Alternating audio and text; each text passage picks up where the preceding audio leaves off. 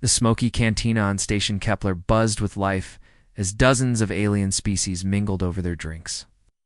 The air was thick with the scent of exotic spices and burning fuel cells. Holographic advertisements flickered on the walls, advertising everything from weapon upgrades to exotic dancers from the Andromeda sector. In the darkest corner of the establishment, a massive figure hunched over a table littered with empty bottles. Velthar was a sight that made even the toughest mercenaries look twice. His purple carapace was a roadmap of violence, plasma burns, blade cuts, and impact craters that told stories of battles across the galaxy. 4 yellow eyes, each the size of a human fist, glowed dimly in the shadows. His massive clawed hands could crush a skull with ease, yet they trembled slightly as he reached for another drink. Around him sat a mixed group of young aliens, all fresh recruits heading to their first assignments in the Outer Rim territories. There was Nox, a blue-skinned Zephyrian, whose wings twitched nervously every few seconds. Beside him crouched Grex, a reptilian saurian whose scales shifted color with his emotions.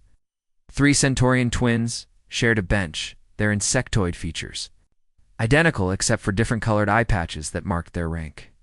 The cantina's main entertainment had just finished a holographic display of the latest gladiator matches from the core worlds. As the crowd began to disperse, the young recruits found themselves drawn to the legendary veteran in the corner. Everyone in the military knew of Velthor the Destroyer, the Krillian warrior who had survived more battles than most species had even fought. "Come on, old-timer," Nox said, his voice barely above a whisper, but carrying clearly in the sudden quiet. "Everyone's heard the stories about humans. They can't all be true, right? I mean, they're just primitives who barely figured out faster-than-light travel 50 years ago." Velthor's mandibles clicked together in what those familiar with Krillian biology knew was either amusement or annoyance. The sound sent shivers down several spines. He lifted one of his bottles, a container that would have required 2 human hands to hold, and drained it in a single gulp. "Primitives," he repeated, the word rolling off his tongue like poison. "That's what we called them to back in the beginning. It's just another upstart species trying to claim territory they couldn't hold." His 4 eyes focused on each recruit in turn, studying them like specimens. "You want to know about humans? Really? Know about them?"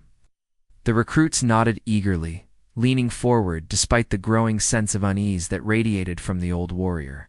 The cantina seemed to grow quieter around them, as if other patrons sensed the gravity of what was about to be shared. Velthor gestured to his scarred chest plate with one massive claw. The armor bore gouges that looked like they came from weapons. Far more primitive than the standard plasma rifles used throughout the galaxy. "I earned every single one of these marks fighting the Terran Defense Corps during the Outer Rim conflicts. 20 long, bloody years of war. 20 years of learning that everything we thought we knew about warfare was wrong." He paused to order another round, his voice carrying easily to the Voltran bartender whose tentacles moved quickly to fulfill the request. When the drinks arrived, Velthor continued, his voice taking on the cadence of someone who had told this story before, but never wanted to. "The human war machine doesn't work like ours. We have protocols, hierarchies, logical strategic doctrines developed over thousands of years. Humans, they have something else entirely, something that makes them the most dangerous species this galaxy has ever seen." Grex's scales had shifted to a nervous green. "Dangerous how?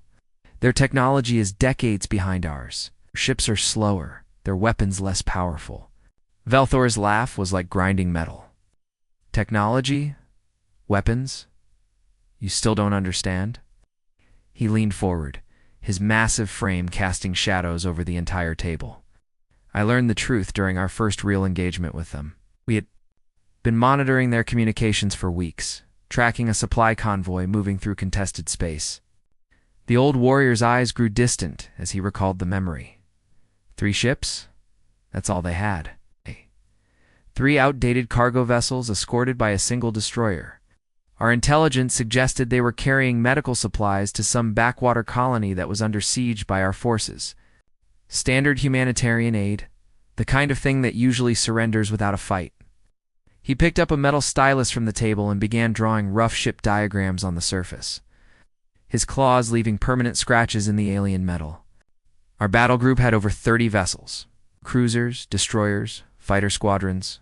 We outgunned them, 50-1. The engagement should have lasted maybe 10 minutes. Velthor's mandibles clicked again, faster this time. The human captain's name was Dong Hin. Mid-30s, according to our files, career military, nothing special in his record. When we transmitted our surrender demand, we expected the standard response, maybe some negotiation, perhaps a request for safe passage for the medical supplies. The recruits hung on every word, as Velthair's voice grew darker, carrying undertones that spoke of memories that still haunted him after all these years. Instead, we got 3 words that changed everything we thought we knew about humans. 3. Simple words that turned a routine interdiction into a nightmare that lasted 3 weeks and cost us more ships than we lost in the previous year of fighting. He looked up from his crude drawings, his 4 eyes reflecting the cantina's dim lighting like pools of liquid fire. We were so very, very wrong about everything. Velthar reached for another bottle, his massive claws gripping it so tightly the metal groaned. The recruits watched in fascination as the old warrior's scales shifted from purple to a deeper, angrier shade of violet, a sure sign that the memories still burned fresh in his mind. Captain Donghan's convoy wasn't just carrying medical supplies, Velthor continued, his voice taking on a harder edge. They were the lifeline for New Sol Colony, a mining outpost on the edge of human space that we had been blockading for 6 months. 12 ships total, and most of them were ancient cargo haulers that should have been scrapped decades ago. He gestured wildly with his free hand, sketching invisible ship formations in the air. Our Armada had over 100 vessels. Battle cruisers that could crack a moon in half. Fighter squadrons that blotted out the stars. Weapons that could turn entire fleets into cosmic dust. We had been preparing for this moment for weeks, positioning our forces at the perfect intercept point. Knox leaned forward, his blue skin gleaming with nervous sweat. So what happened when you contacted them? Velthor's mandibles clicked in. What the recruits were beginning to recognize as bitter amusement. Fleet Admiral Carthex himself handled the communication. He was so confident, so certain of our overwhelming superiority. The transmission went out on all frequencies, standard surrender demand. Terms for safe passage, the usual diplomatic nonsense. The old warrior paused to take a long drink, his 4 eyes staring into the depths of the bottle as if seeking answers there. The response didn't come from Captain Dong Hyen. Instead, we heard a female voice, crisp and clear, despite the static from their outdated communication systems. Lieutenant Commander Haijin was her name, though we didn't know it at the time. Rex's scales had shifted to an anxious yellow-green. What did she say? 3 words, Velthor replied, his voice dropping to barely above a whisper. Just 3 simple words that should have meant nothing. But the way she said them, the absolute certainty in her voice, the complete lack of fear. He shuddered, a sight that made the massive warrior look suddenly vulnerable. Come and take it. The recruits exchanged glances, unsure why such a simple phrase seemed to affect their storyteller so deeply. Velthar noticed their confusion and let out another grinding laugh. You don't understand yet. In our culture, in most civilized species, such a response would be bravado, empty posturing before an inevitable surrender.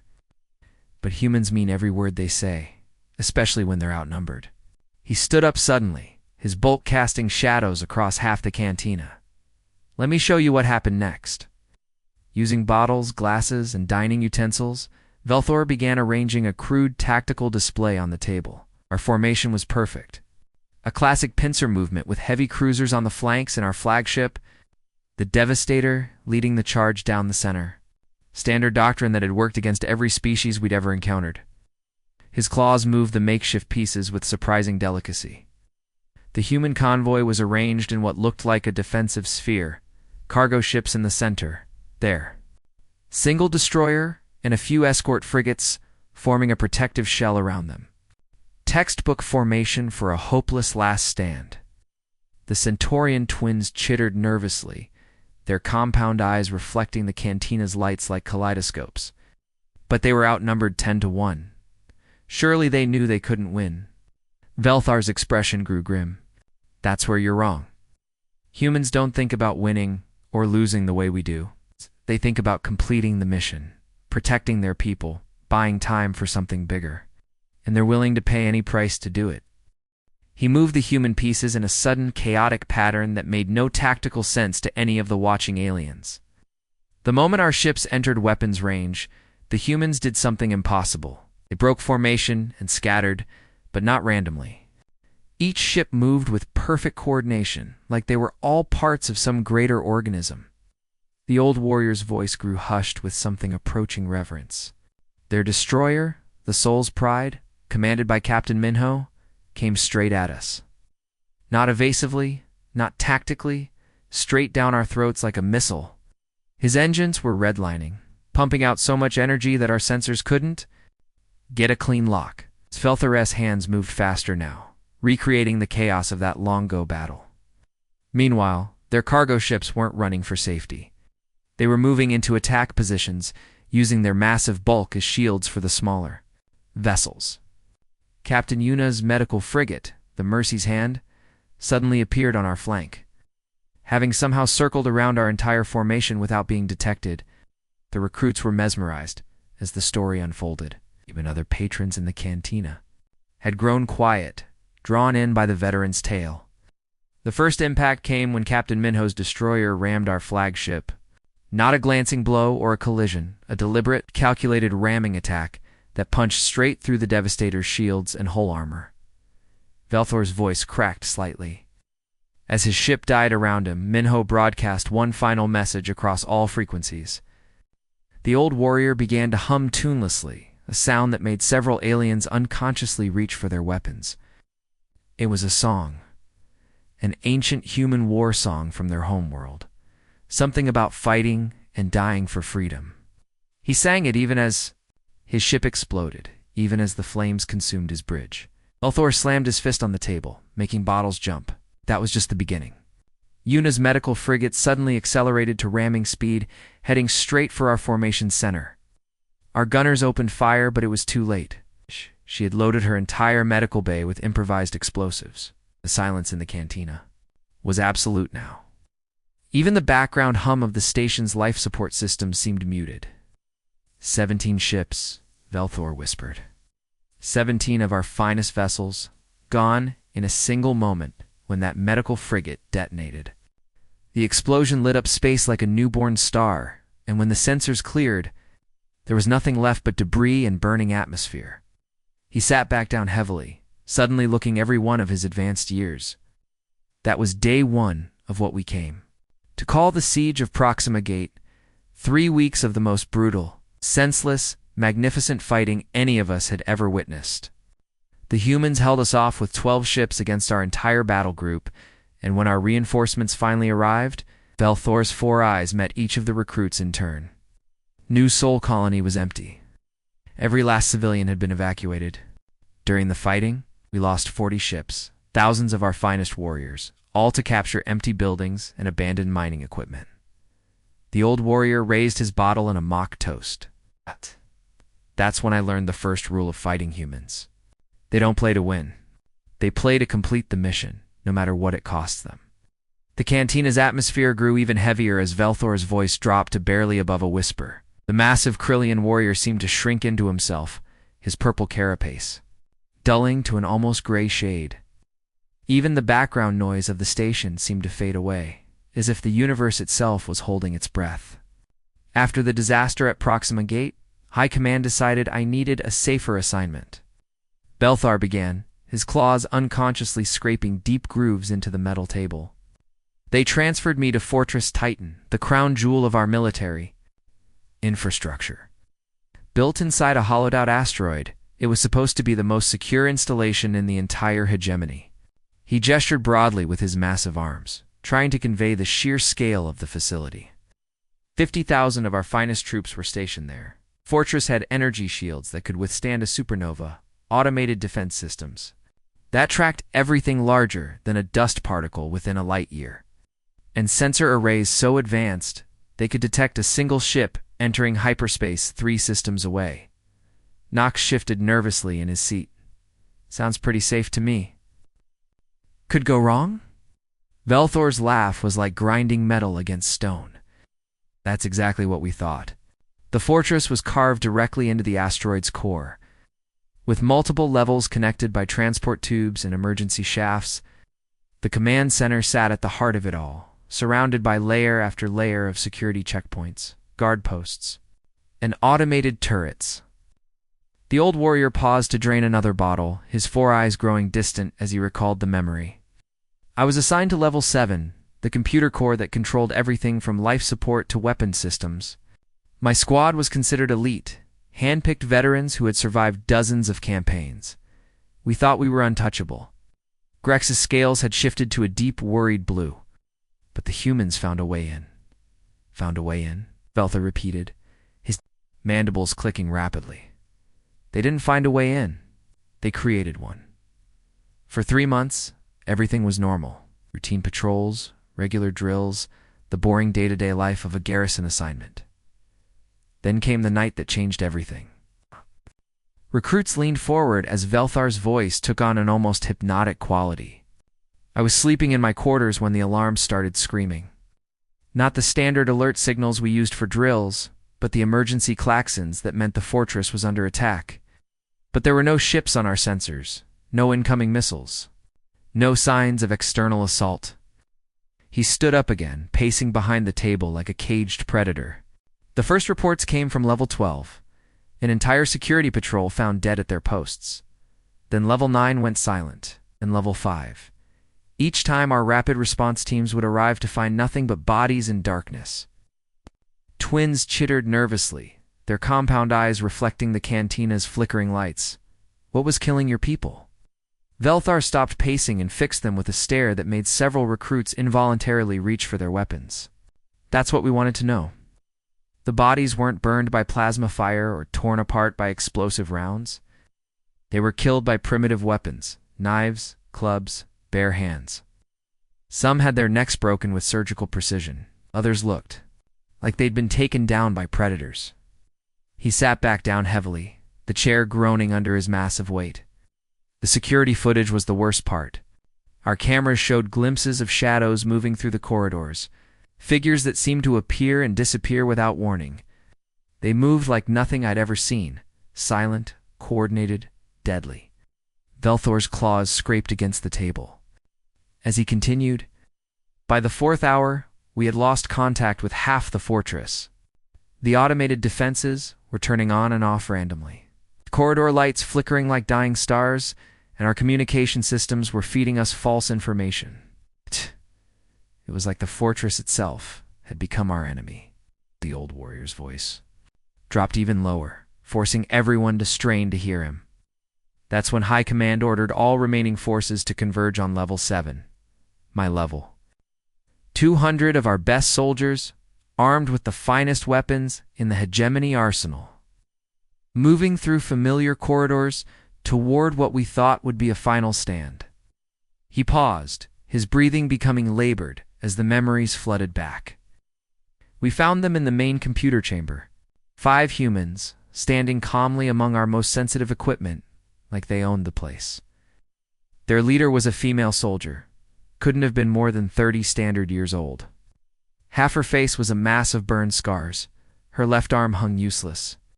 At her side, and her uniform was torn and bloody. Velthor's mandibles began to tremble as he recalled the scene. But she was smiling. Even surrounded by 200 armed enemies, even wounded and outnumbered, she looked at us and smiled like she knew something we didn't. The recruits were completely silent now, hanging on every word as the veteran continued his tale. Her name was Soyoung. We learned that from the intercepted communications later. She spoke to her team in their strange human language, calm and collected like she was discussing the weather. Then she looked directly at me, and I swear she could see right through my soul. Velthor shuddered, a sight that sent chills down. Every spine in the cantina? The battle lasted 6 hours. 6 impossible hours of the most brutal close-quarters combat I've ever witnessed. These humans fought like demons, using every piece of equipment in the chamber as a weapon. They turned computer terminals into shields, power cables into whips. Even the floor panels became projectiles. His voice cracked with emotion as he continued. Young kept fighting even after taking wounds that should have killed any living being instantly. Plasma burns across her chest, a shattered leg that left bones sticking through the skin, blood loss that would have dropped a Krillian warrior in minutes. But she never stopped moving, never stopped coordinating her team's defense. The old warrior's eyes glistened with something that might have been tears. Her teammate, Jae-sung, had his spine broken by a falling support beam in the third hour. Any rational being would have died from the trauma, but he dragged himself across the floor and continued fighting from a prone position, picking off our soldiers with a primitive projectile weapon.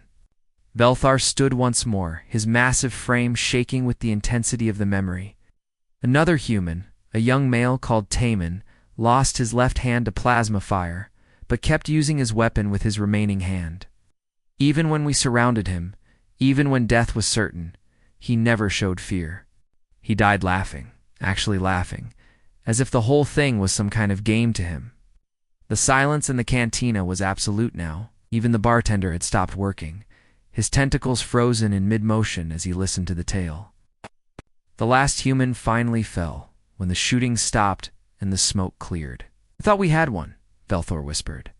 But as we stood among the wreckage, our engineers discovered the truth. While we had been fighting those 5 soldiers, while they had held our attention for 6 bloody hours, they had been systematically destroying and reprogramming every system in the fortress. His 4 eyes swept across the recruits' faces, seeing his own horror reflected in their expressions. Our entire computer network was compromised. It downloaded every secret, every tactical plan, every piece of classified information we possessed. The weapons systems were turned against us. The life support was failing. The automated defenses were targeting our own ships. Velthor sank back into his chair, suddenly looking ancient and fragile. 5 humans had infiltrated our most secure facility, held off 200 elite soldiers for 6 hours, and completed their mission perfectly. They died, yes, but they won. Always win, even when they lose. The old warrior raised his bottle in another mock salute. That's when I learned the second rule about fighting humans.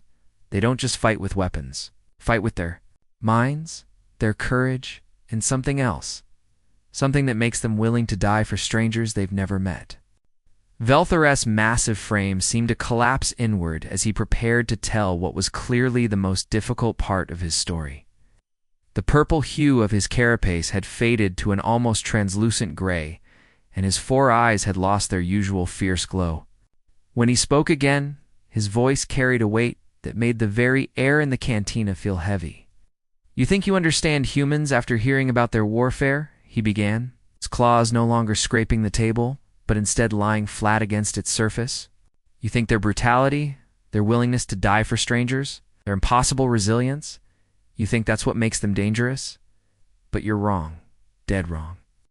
The recruits exchanged worried glances. They had never seen the legendary veteran look so shaken, so vulnerable. Even Knox, usually quick with a joke or comment, remained silent. "The most terrifying thing about humans isn't their ferocity," Velthar continued, his voice dropping to barely above a whisper. "It's their mercy. It's their capacity for compassion toward those who have tried to kill them. That's what breaks your mind, what makes you question everything you thought you knew about war and survival." He reached for another bottle, but his claws shook so badly he couldn't grasp it properly. Grex, without thinking, pushed it closer to the old warrior's reach. Velthar nodded gratefully before continuing. "After the Fortress Titan incident, I was reassigned to the front lines at Cygnus Prime. It was supposed to be our final push, the battle that would break the human spirit once and for all. We had assembled the largest fleet in hegemony history, over 300 ships, 500,000 troops, weapons that could crack continents. The old warrior's mandibles clicked slowly as he recalled the memory. The humans had maybe 50 ships defending the system, most of them converted civilian vessels with jury-rigged weapons. Their ground forces were a mix of regular military and civilian volunteers, farmers, teachers, mechanics, who had picked up rifles to defend their homes. Velthor stood up and began pacing again, his massive form moving restlessly around the small space. The battle lasted 18 hours. 18 hours of the most savage fighting in galactic history. We threw everything we had at them. Orbital bombardments, wave after wave of assault troops, atmospheric processors that turned their sky into acid rain. His voice grew harder, more bitter. They fought back with everything they had. Human pilots rammed their fighters into our capital ships. Ground troops held positions until they ran out of ammunition, then fought with tools and bare hands. I watched a human female, couldn't have been more than 20, charge a squad of our heavy troopers with nothing but a mining laser and pure rage. The recruits were completely absorbed in the story now, their drinks forgotten as they hung on every word. Even other patrons throughout the cantina had stopped their conversations to listen. By the end of the battle, we had achieved total victory, Velthor continued, his tone becoming increasingly hollow. The human defenses were shattered, their ships destroyed or fled, their ground forces decimated. I found myself in the ruins of what had been their command center, bleeding from a dozen wounds, surrounded by the bodies of both sides. He stopped pacing and fixed his 4 eyes on each recruit in turn. I was dying. Plasma burns across my torso. Internal injuries that were shutting down my organs one by one. I lay there in the rubble, expecting to either bleed out alone or be finished off by the victorious human survivors. That's how war works, right? The winners execute the wounded enemies and move on. Velthair's voice cracked slightly. Instead, I heard footsteps approaching through the debris. Soft, careful steps that seemed almost hesitant. I managed to turn my head and saw a human female in Medical Corps' uniform. Her own clothes torn and blood-stained, a field med kit clutched in her hands. The old warrior sat back down heavily, his chair groaning under his weight. Her name was Sujin, though I didn't learn that until later. She was young, maybe 30 standard years, with kind eyes that seemed impossible in the middle of such carnage. When she saw me lying there, she didn't hesitate. She didn't call for guards or reach for a weapon. His mandibles began trembling again as he continued. She knelt beside me and started examining my wounds. Her hands were gentle, professional, completely focused on keeping me alive. She spoke my language badly, with a heavy accent that made some words almost unintelligible, but she tried. "Hold still," she said. "I'm going to help you." Velthor's 4 eyes glistened with moisture that might have been tears. This female had just watched her comrades die fighting my kind. She had seen her homeworld bombed from orbit, her people slaughtered in the streets. She had every reason to let me die, even to kill me herself. Instead, she worked for hours to save my life. The silence in the cantina was so complete that the hum of the station's life support system seemed thunderously loud. Several of the recruits were staring at Velthor with expressions of complete disbelief. While she worked on me, I could see the rest of the battlefield through the destroyed walls. The old warrior continued. Everywhere I looked, humans were treating wounded enemies. A soldier called Hyanwu was giving his own blood to save. Krillian officer, the same officer who had killed his squad leader just hours before. Velthor shook his massive head in bewilderment. I watched human medics risk their lives to reach wounded hegemony troops trapped under collapsed buildings. They shared their medical supplies, their food, even their water with enemies who had been trying to exterminate them that very morning. His voice grew stronger, more wondering. It wasn't just battlefield mercy either. They set up field hospitals for both sides, with human doctors working alongside our captured medical staff. Prisoners were given the same treatment as their own wounded, the same food, the same care, the same respect. Velthor paused to take a long drink, his claws steady now. Many of our soldiers surrendered not because they were afraid, but because they were confused. How do you fight an enemy that shows such compassion? How do you maintain hatred against beings who will die to save your life? The old warrior's expression grew distant, almost peaceful. I spent 3 months in a human medical facility while my wounds healed. The doctor in charge was an elderly female named Yoon Hye, a grandmother who had lost 2 sons in the war. She could have let me suffer, could have provided minimal care just to keep me alive for interrogation. His mandibles clicked in what the recruits now recognized as genuine warmth. Instead, she treated me like I was her own family. She made sure I had books to read in my own language, food that was appropriate for my physiology, even entertainment programs from the hegemony networks. When I had nightmares about the battle, she would sit with me and talk until I could sleep again. Velthar stood once more, but this time his movements were calm, almost reverent. On the day I was released as part of a prisoner exchange, Dr. Yunhai came to see me off personally. She wished me well and said she hoped we would meet again, someday under better circumstances, and then she gave me something I still carry today. The old warrior reached into a pocket hidden beneath his armor and pulled out a small, worn photograph. He held it carefully, like it was made of the most fragile crystal. Picture of her granddaughter, a little human girl about 5 years old. She said that when I looked at it, I should remember that humans aren't monsters. They're people with families, hopes, dreams, just like us. He placed the photograph gently on the table where all the recruits could see it. The image showed a smiling human child with bright eyes and missing front teeth, holding what appeared to be a stuffed animal.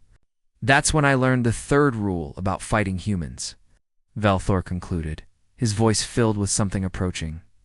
They never stop being human, no matter how brutal the war becomes. They can kill you without hesitation, then risk their lives to save your wounded comrades.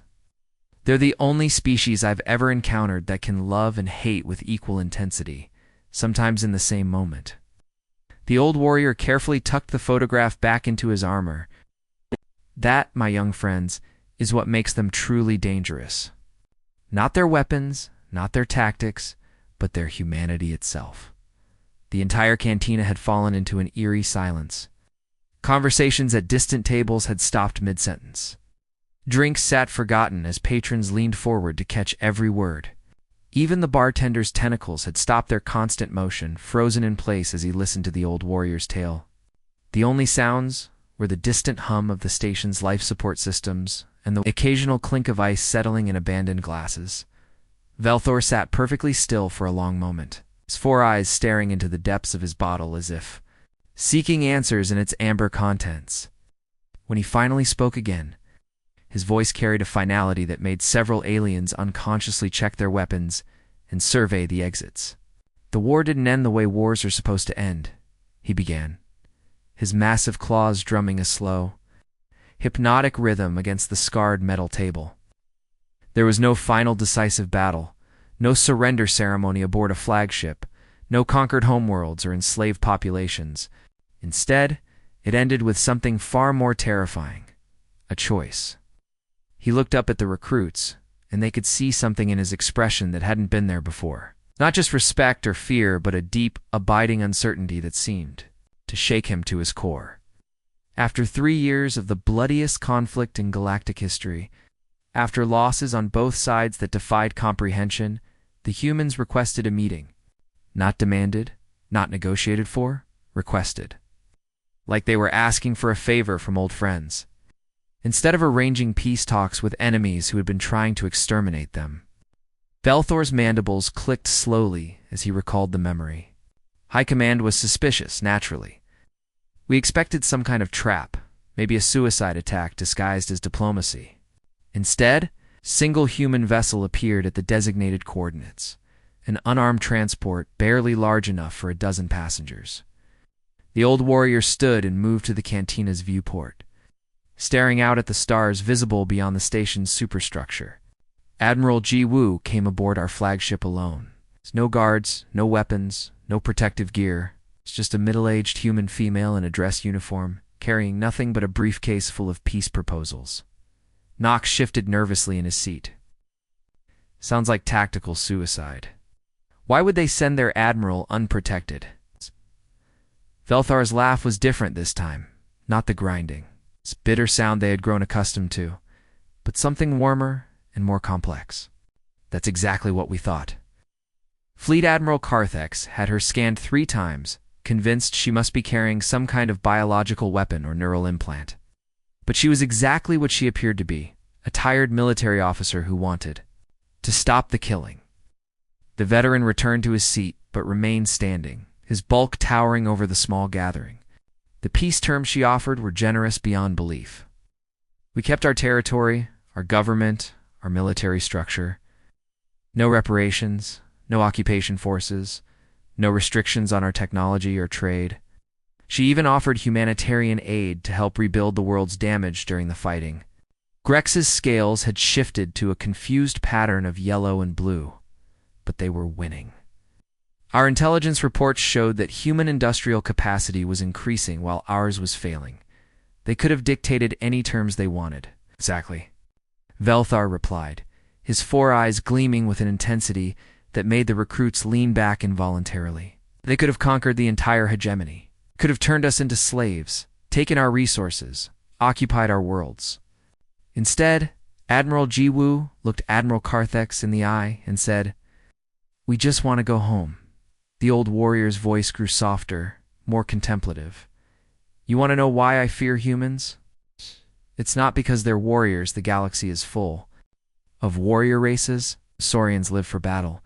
The Centaurians see war as a religious duty. The Volterans consider conquest a natural right. But all of those species fight because they have to, because it's in their nature." He began pacing again, his movements more agitated now. Humans are different. They fight because they choose to, and more importantly, they stop fighting because they choose to. That level of self-control in a species capable of such destruction is absolutely terrifying. The Centaurian twins chittered nervously, their compound eyes tracking Velthar's movements like prey animals watching a predator. "What do you mean? How is choice dangerous?" Ow! Velthar stopped pacing and fixed them with a stare that seemed to see straight through their exoskeletons. "Every species I've fought in 30 years of warfare had limits. Biological limits, they could only fight so hard before exhaustion set in. Cultural limits, traditions and customs that restricted their tactics. Technological limits, they could only build so many ships, train so many soldiers, develop so many weapons." His voice grew harder, more urgent. "But humans? They fought with primitive kinetic weapons against our plasma cannons and won. They turned cargo ships into missiles and medical frigates into bombs. They held hopeless positions not because they had to, but because they decided to. Every limitation they faced, they chose to overcome." The old warrior moved toward the exit, but his words continued to fill the silent cantina. "I watched them show mercy to enemies who had shown them none, saw them rebuild worlds they could have simply taken for themselves, witnessed them choose diplomacy when they could have chosen annihilation." Several patrons from other tables had quietly moved closer, drawn by the intensity of Velthor's words. The bartender's tentacles twitched nervously as he sensed the growing tension in the room.